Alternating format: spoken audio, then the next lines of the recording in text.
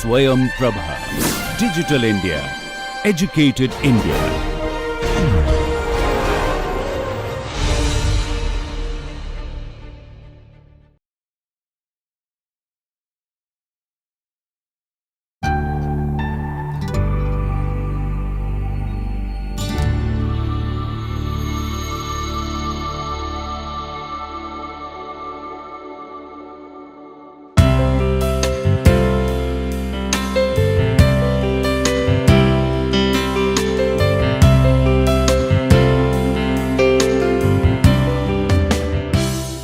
Hello everyone, today we will be discussing Olson's theory of collective actions.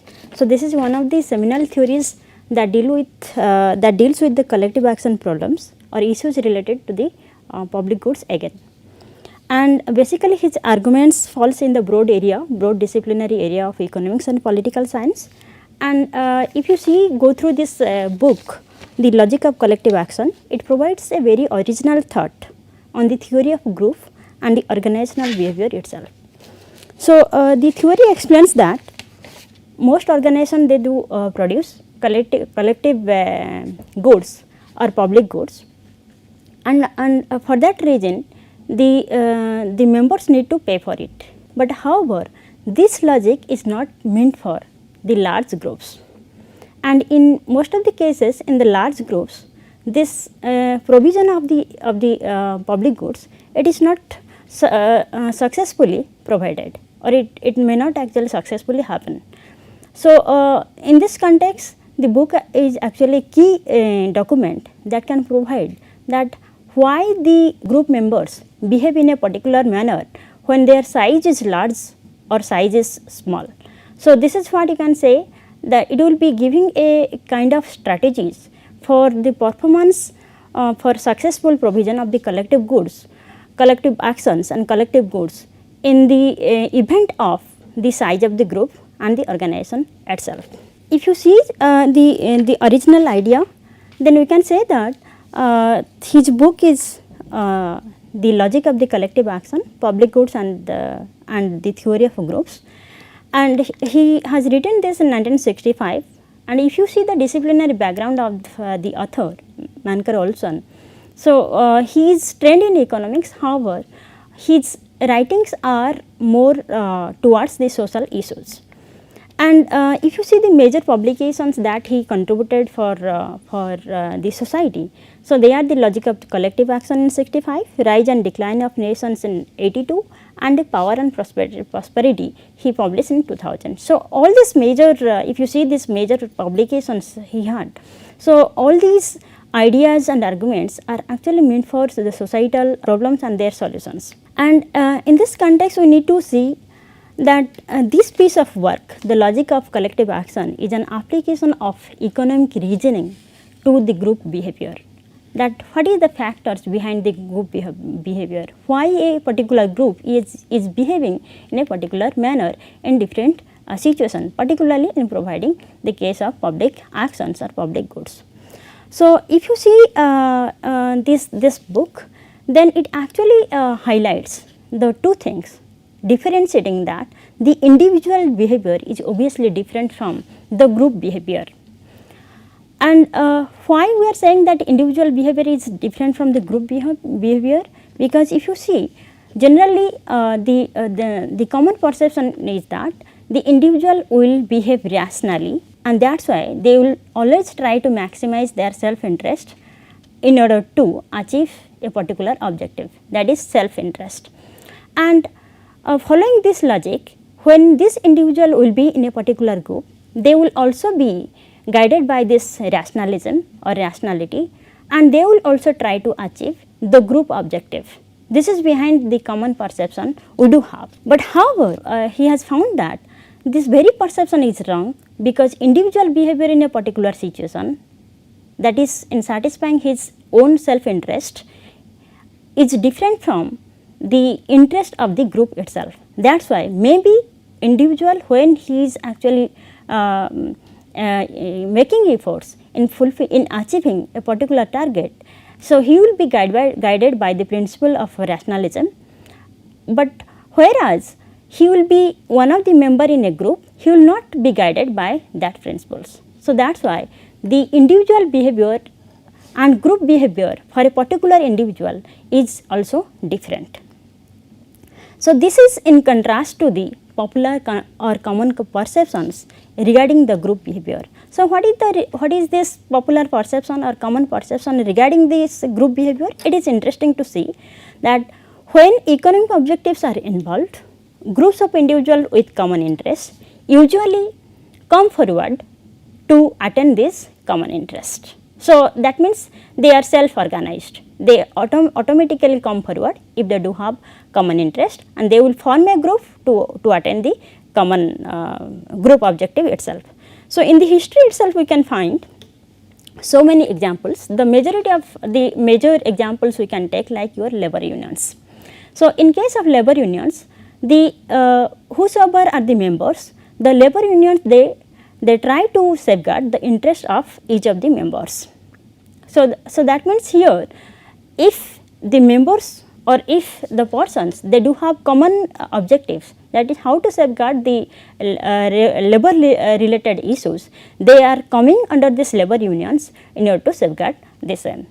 So, that is why it is the common perception is that people who are having common interests, they automatically come forward, form a group to satisfy the common interest itself. So, here is the picture of this group behavior, that if there is some shared interest, some common interest, then people obviously come together and form a group. However, Olson opined that this perception is not generally the case. For the first time he argued that this may be the opposite to the conventional or established kind of group behavior that we are right now having, that people having common interests automatically come together to form a group for achieving a shared interest or a common goal, and it is out of the self instinct or self organizations. So, this is the common established conventional established belief on the group behavior, but this fellow Olson, he has argued that this is not so. And if you are going through the first page, the introductory part of the book, then you can find the example of labor union theories take into account the Marxian case event, and he has written down there that it is often taken for granted, at least when economic objectives are involved, that groups of individuals with common interests usually attempt to further these common interests, and whilst he refutes this conventional perception, and he also found to be the case that it is very exceptional that individuals in a group disregard their personal welfare altruistically. So, here it is just to highlight that individuals in the group act out of the self interest. So, it is the assumption behind this view, but however this may not work always. Individuals may not be motivated by the selfless activities or be altruistic altogether. So, if the individuals in a group altruistically disregarded their personal welfare, that is maximizing their own self interest, so it would not be very likely that collectively they would seek some selfish end or selfish common or group objectives. So, in this case he draws the conclusion that such kind of altruism, that thinking for others, thinking from the group objectives to be satisfied, is considered to be highly exceptional, and self-interested behavior is usually the rule that we are actually experiencing. And if at all the groups they tend to act in support of group interests, that is how to achieve the group interest itself, based on this logic that individuals are following the rationality or they are actually guided by the rational and self-interested behavior, then Olson's answer to this conventional belief is that he actually wrote down, he opined in this book, narrated in this book, but it is not in fact that the idea that groups will act in the self-interest follows logically from the premise of rational and self-interested behavior. And here we can actually take into account this: rational and self-interested individuals will not act voluntarily to achieve the common or group interest. So, that is what you can say, that group behavior and individual behavior will be different based on this logic, that maybe in case of individual behavior, in fulfilling their own interest, they will be following this rationality and self interest motive, but however in the group they will not display the same motive. So, what is the reason behind that? Why they will not actually pursue the same rationality and self interest individuals for the group objectives as well? So, he viewed that it does not follow because of this logic, that all of the individuals in a group would gain if they achieve the group objectives. That means, if the group objectives are achieved, so obviously the benefits will be shared. If the benefits will be shared, if I am not the party even to contribute for the achievement of the group objectives, then also I can also get the benefit out of it. So, what is the need, that why I will be contributing my efforts for fulfilling the group interest. So, in that time and resources, I can actually fulfill my other self interest or other vested interest. And the exception is that this may work.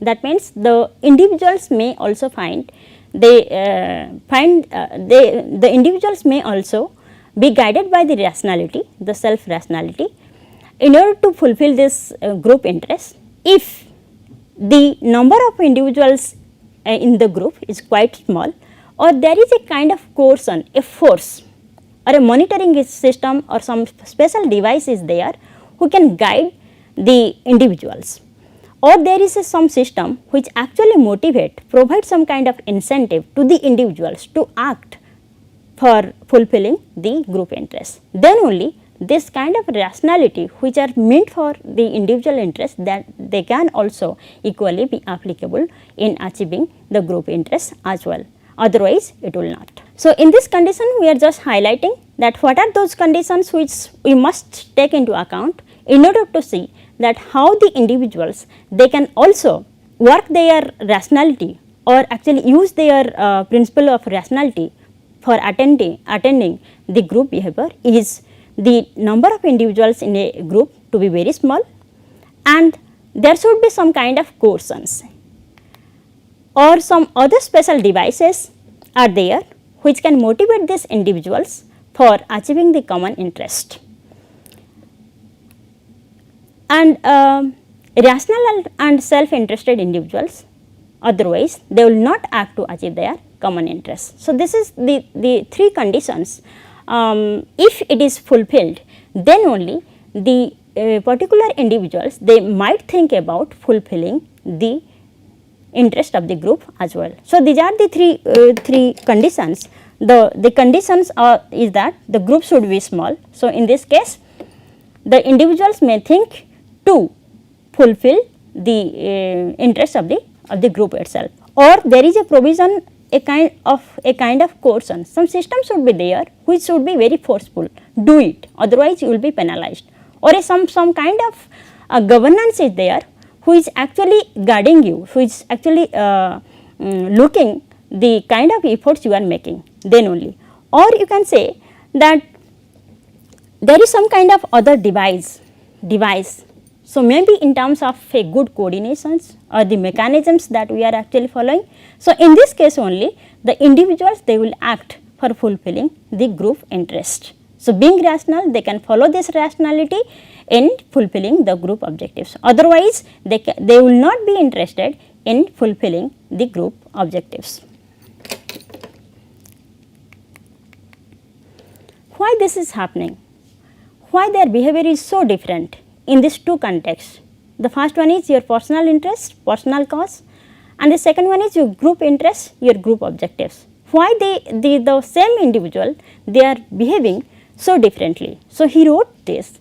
It is because of the free rider problem, the tendency of the free rider problem. The larger the group, the less is further its common interest. So, which he termed that it is a case of free rider problem, and it is because of this free rider problem the individuals are motivated not to make any effort for achieving the common objectives or group objectives. they always think that we can actually get the same collective good free of cost. Why we are going to make our contributions or effort in fulfilling the group objectives? If at all the group objectives are to be achieved or is achieved, then obviously the equal share can be met, can be provided to the individual as well. So, in this context he wrote that the amounts of the collective good that a member of the group receives free from the members will further reduce his incentive to provide more of that good at his own expense. And this situation is known as the free rider problem, or this situation gives rise to the free rider problem.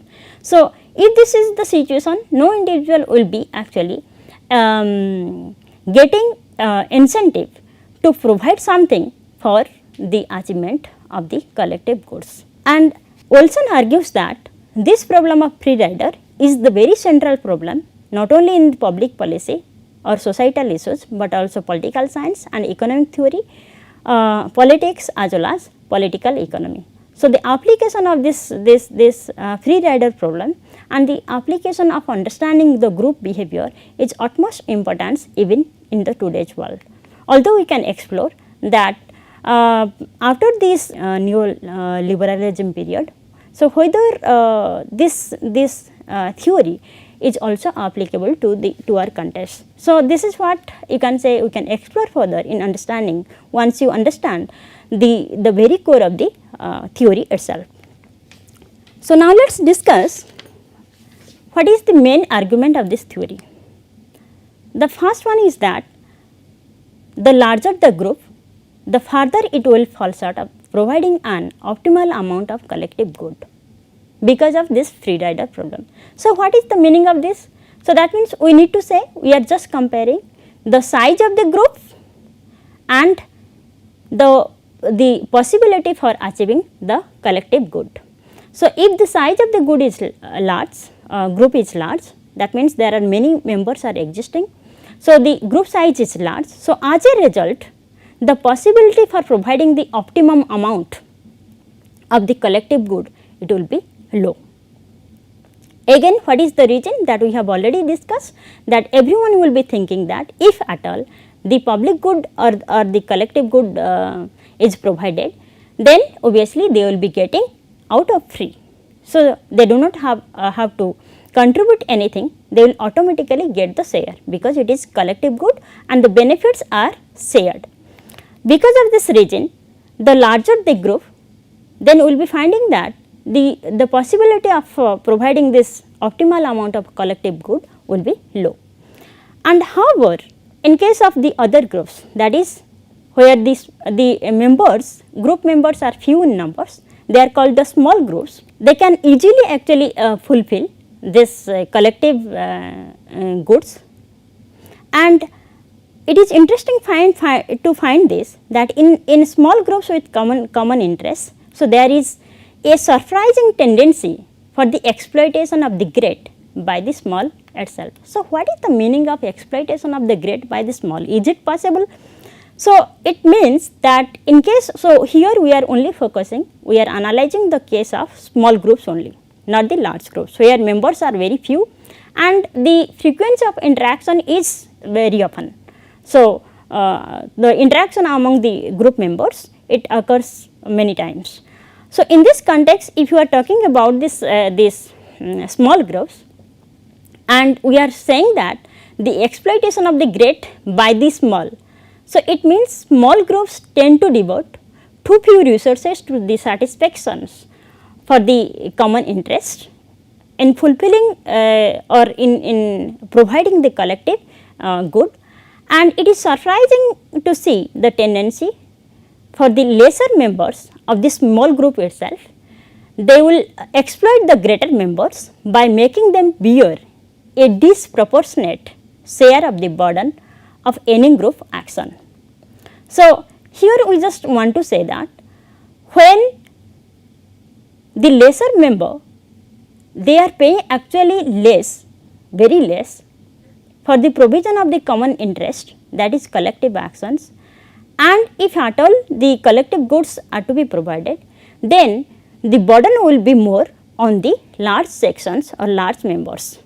So, that is why when large members or the greater members, they are paying the most majority of the burden for the collective actions. So, that can be that you can, in this case you can say the majority members or the greater members, they are actually bearing a heavy portion or a disproportionate portion of the burden of the collective actions in comparison to the smaller members, they are paying for the same collective actions in this small group. So, in this context, it is interesting to analyze and find the correlations or the kind of relations that is existing between the group size and the organizational behavior or group behavior. So, here we are discussing between two groups, one is your small groups and the second one is large groups, and how the members would be behaving in these two contexts. So, let us take the first case, that in case of large groups, here as you understand that members, they are getting proportionally smaller benefit from a collective good, because they have to pay more, but whatever the benefit they are getting out of this provision of the collective good, the share is so small, because it is shared among all the individuals or members, and here the members are too large. So, as a result, a single member, he or she will be getting a proportionally very small benefit out of this collective good, and this is because the individual will be contributing very less because of a smaller return. So, in this case of large groups, the individual, they do understand that whatever for the provision of collective good, we need to pay more, but the benefit out of this collective good will be less. So, that means a particular individual member, he or she will be getting a very smaller fraction of the benefit in comparison to the cost he contributes for the provision of the collective good itself. Therefore, the individual member, they will try to contribute less because anticipating a smaller return out of it. And the second reason is that why their behavior is so, a single member in a large group, he or she is likely to act for all unless individual return is more than its cost of action. So, in that case even, so if the individual member is not finding enough benefit, and if he is perceiving that his cost is more than the benefit he is anticipating, then he will not actually participate. And therefore, because of this two reasons, it needs for coercion or a kind of something forceful should be there, so that it can enforce how to provide the collective goods among the members itself. So, this is the story of collective good provision for the large group itself. And if you see the very peculiar features that for the large groups to fail to provide themselves with any collective good at all, whereas in contrast to the large groups, in case of the small groups, there is a tendency towards a suboptimal provision of collective goods. So, here we are just highlighting that how the provision of the collective goods would be different in these two groups, so far the size is concerned. See, in case of the large groups, so there is always a tendency for less tendency, you can say, to provide the collective goods. So, it will fail, the tendency will fail in case of large groups.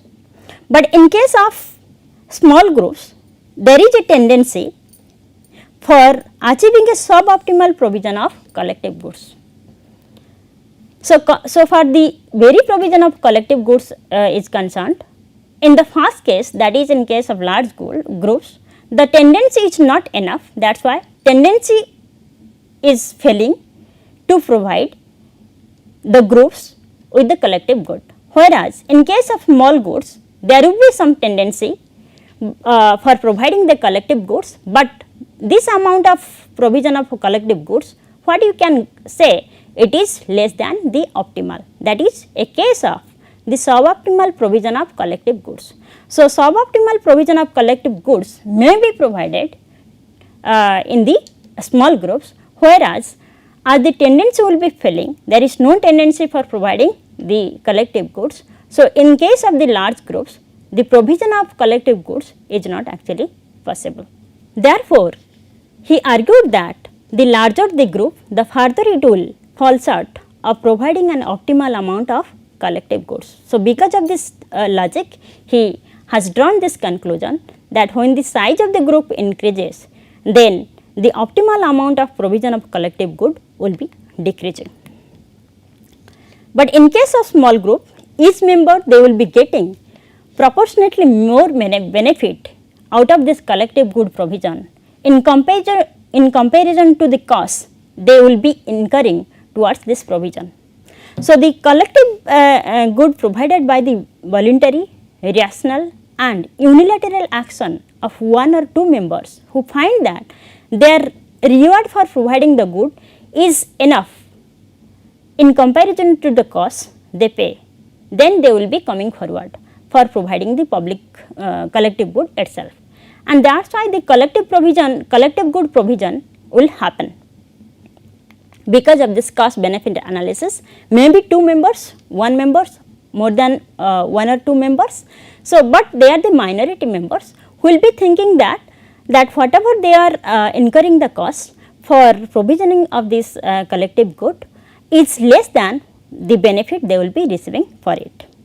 And since others pay the cost, and some members of the small groups, they see no incentive to provide the good, and as a result it will lead to the end of exploitation by the small itself. That means the burden is actually shared by others. So, it is a case where we can actually end the exploitation by the small itself. So, another logic he propounded in this context of group size and group behavior is that based on the very size of the group, and so far the small group size is concerned, there are two types of non-market groups. The first one is the privileged groups and the second one is the intermediate groups. So, what exactly is the privileged group, or what is the situation where you can say the privileged group conditions has arrived and where the conditions for the intermediate groups has arrived. So, and again we are saying that this is the groups which can be actually felt in case of the small group itself. So, now let us understand the case of the privileged groups. So, it can be characterized as, or you can say this privileged group is a group such that each of its members, or at least some of them, has an incentive to see that the collective good is provided. So, it is because some of the members they do have incentive in providing the collective goods, even if the particular individual he or she has to bear the full burden of providing it by herself or by himself. This is because the provision of the collective good will happen, and the reason is that it is because there is an incentive by a particular member or group of members. So, inside the small group itself, that is why the provision of the public goods will automatically happen. And again, this provision of the collective good can also be obtained without any group organization or group coordination, because the incentive is very strong. The incentive is so strong in case of this privileged group that the provision of collective goods will happen, whether or not the individual has to bear all the burden of providing the collective good itself. Whereas, if you see the second type of group, which is also a subset of the small group, is the intermediate group. So, in case of intermediate group, here no single member gets a share of benefit sufficient enough to give him or give her an incentive to provide the good himself or herself. So, here in comparison to the first one, here we are lacking incentives. So, because here we are lacking incentives, why we are again in case of intermediate goods we are lacking incentives? It is because the share of benefits is not sufficient. When the collective goods is provided, the benefit a particular individual is getting, it is not sufficient to induce him or her to provide the collective good itself.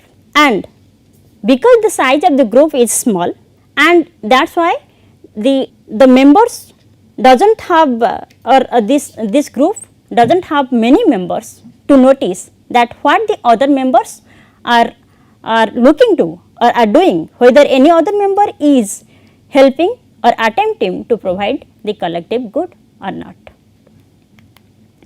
So, in such a group, in these conditions, it is likely that the collective goods may or equally may not be obtained, and no collective good would ever be obtained without some group coordination or group organizations. So, in the first case, in this group we are saying that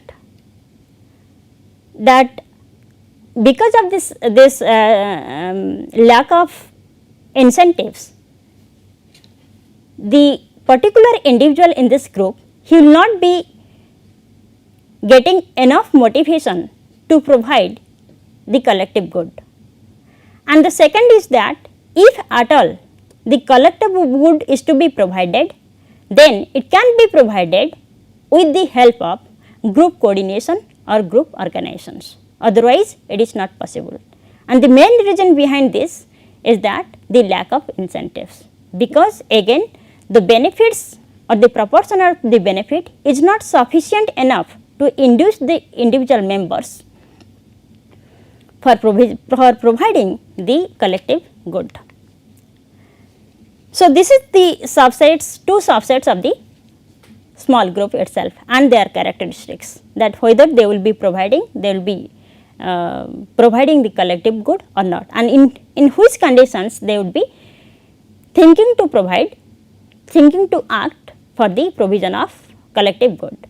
And the second group is the latent group, which we are also saying the large group. So, in case of this large group, the members do not have incentive to act to obtain the collective good itself. And what is the reason behind it? That whatever the benefit that will be obtained by the provision of the collective good, it will be shared by all the members itself in the group. Therefore, this process or in this group, it does not actually offer any single individual member enough incentive to pay for the organizations, those who are working in this latent group interest, or to bear any other way of the cost of the necessary collective actions. And only a separate or a special kind of incentives, if it can be stimulated to this rational individual in this latent group, then they may act the way group is demanding, or what you can say that they can actually make an effort for fulfilling the group objectives. So, here the case is that in case of the firstly, in case of this large group or latent group, it is unlikely to have the provision of collective good because of no incentive for obtaining the collective good itself. And second is that collective goods can be provided given the condition that a separate and a selective incentive will be provided that can stimulate the rational individual members to act towards achieving the group oriented objectives. And in these situations that we have described, in these conditions, the group action can be obtained only through an incentives that operates like collective good, and this is the only reason that how collective goods can be provided to these large groups. And moreover, Olson argued that this incentive must be selective, because you can find a large set of incentives, but we need to be selective that in which context for this latent group which kind of incentives may be provided, so that the individuals can join hands for achieving the group interest. And here there is a necessity to separate these two sections, that who do not join the organization working for group interest, and the groups which can be which work towards the attainment of the group objectives. So, if you are drawing a difference and making them treated differently, then there would be some kind of incentives that can be generated in this way, the way we are dealing these two persons or two kind of persons differently.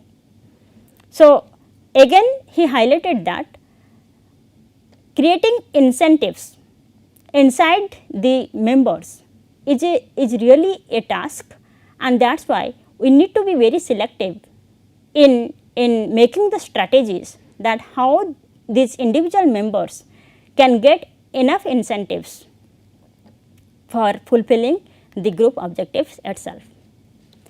Under this latent groups, there is a kind of subset of groups which is known as mobilized latent groups. So, what is mobilized latent groups? So, as you have already understood that in case of latent goods, there is less chance that the members would get the collective good. But in case of this latent group, the collective goods can be provided because of these two factors. The first one is the presence of a kind of coercions of the individuals in the group, and the second one is the provision of incentives, maybe in terms of positive rewards to those individuals who are working towards fulfillment of the collective goods in the group itself.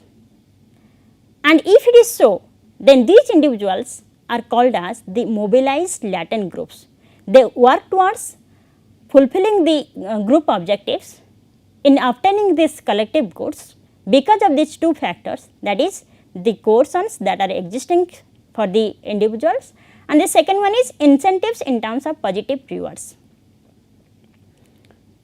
Because of these two factors, now the individuals, they will be motivated to work towards achieving the collective goods, for providing these collective goods in the group itself, and they are known as the mobilized latent group.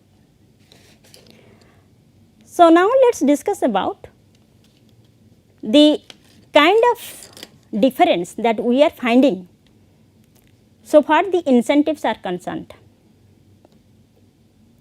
So, sometimes the small groups or privileged groups as well as the intermediate groups, they may lead to economic and social incentives which lead their members to obtain the collective goods. And it is not necessary that we will be getting the economic incentives always. Sometimes the social incentives can also play roles in providing the collective goods as well. Whereas the large or latent groups, they will lead to no incentive and no social pressure lead their members to obtain a collective goods.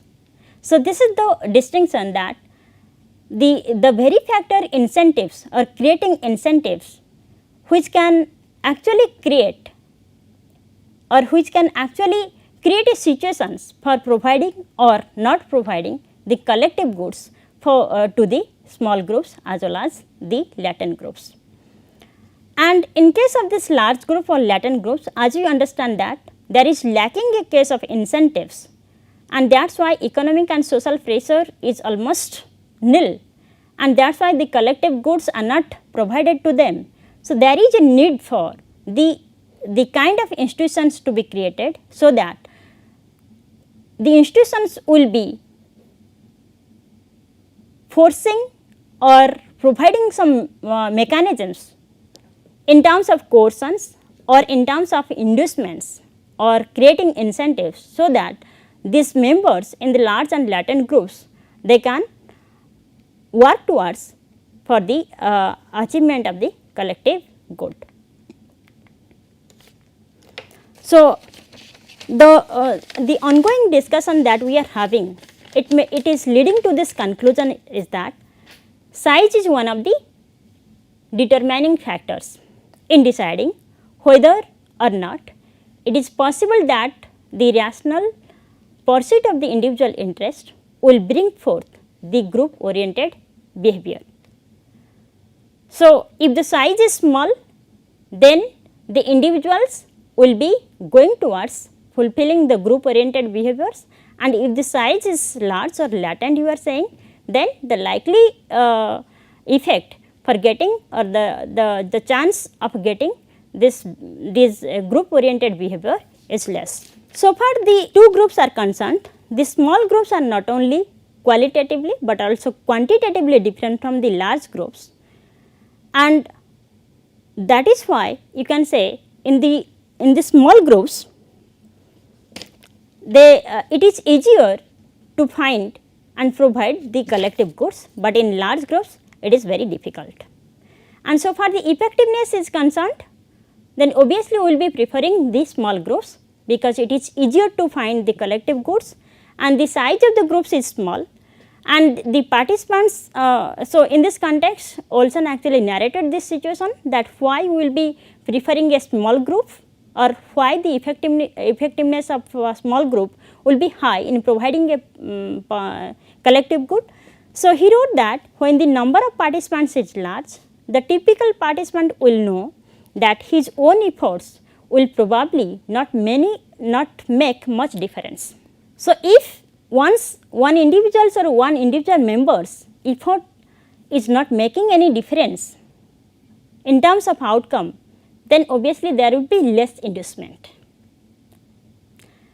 And he knows that the individual or he himself will be affected by the meetings decisions or decisions that are actually binding for all. So, in this case this situation is providing less incentives to work further in achieving the group objectives. And that is why the action taking groups, if you are finding empirically, the action taking groups or the subgroups tended to be more much smaller than the non action taking groups or subgroups. So, why you are saying that action taking groups or subgroups they are tended to be much smaller than the non action taking groups and subgroups? Because we can take the case of a committee. The committees should be small if we are expecting action. We can see that with the committee for fixing the minimum wage or the committee for fixing the minimum support price for the crops. So, there the size of the committee is small, but if we want the non action taking groups or subgroups, then it should be relatively small, because we want or we are looking forward the points of suggestions, their views and reactions on a particular matter. That is why it is said that if we want to know the action itself, then action taking groups or subgroups, they should be very small than in comparison to the non action taking groups or subgroups. So, this is the example that why if we need some actions to be taken, the size should be small, and that is why in this context he argues the effectiveness of the small size, the group size should to be small.